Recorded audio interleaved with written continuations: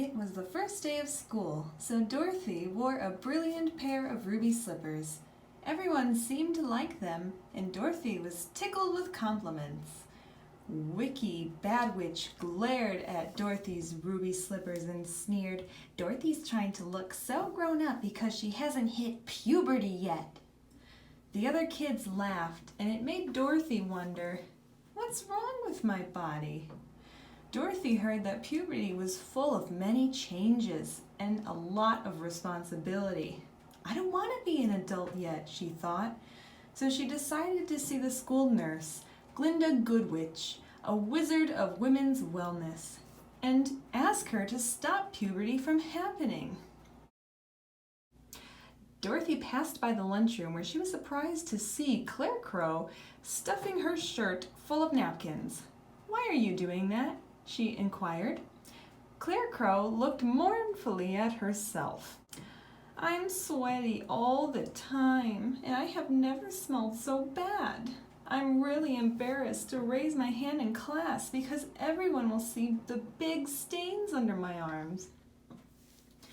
I'm on my way to see the nurse about stopping puberty. Maybe she can help you stop sweating." The two friends set off, entering the library on their way to the nurse's office. There they encountered Tinny Man, who held a book over her lap wherever she walked. "Why are you holding a book like that?" they asked her. Tinny looked nervously around and whispered, "My pants feel wet. Can you look and tell me if I sat on anything?" To their shock, there was a blood stain. Tinny had gotten her period. "You should come with us to the nurse. She may be able to stop it," they chimed. They took a shortcut through the gymnasium where the kids lined up for swim practice. Leon zipped behind them, her teeth were chattering. "Can I hide behind you?" she squeaked. "What's wrong, Leon?" asked Dorothy. "I don't want anyone to see me in my swimsuit. I'm growing so much hair all over my body that I look more like a lion than a person." When she was offered, Leon gladly joined them on their way to see Glinda Goodwitch. The four girls crashed into the nurse's office, where Glinda Goodwitch listened to each of their hardships with much patience. Finally, she addressed the girls' concerns one by one.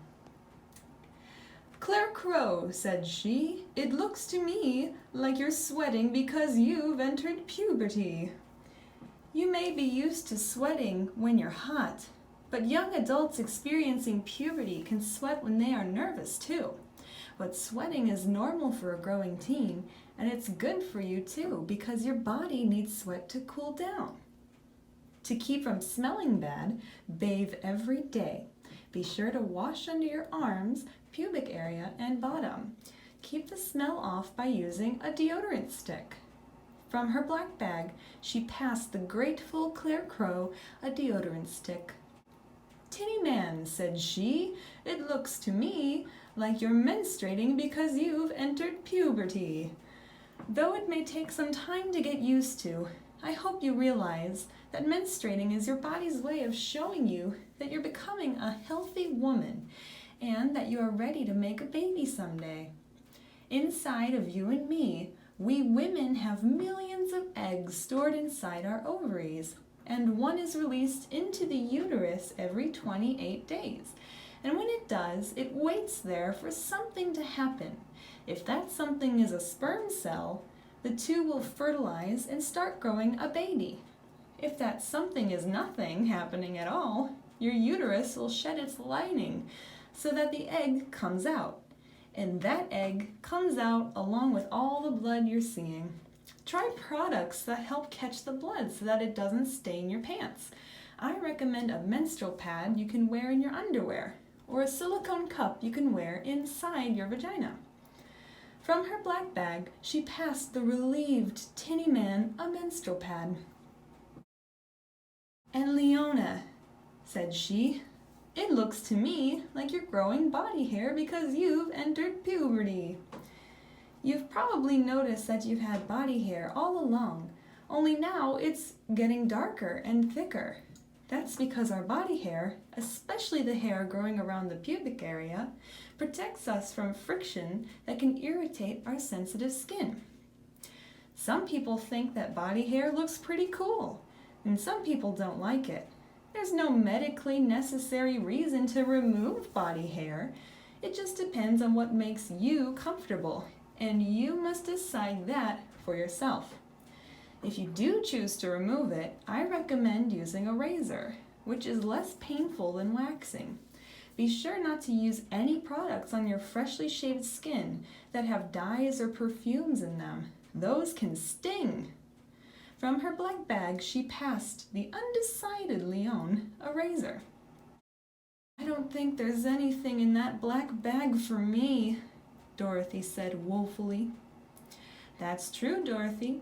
I can't stop you from entering puberty any more than you can help it. It's natural, and you cannot control nature.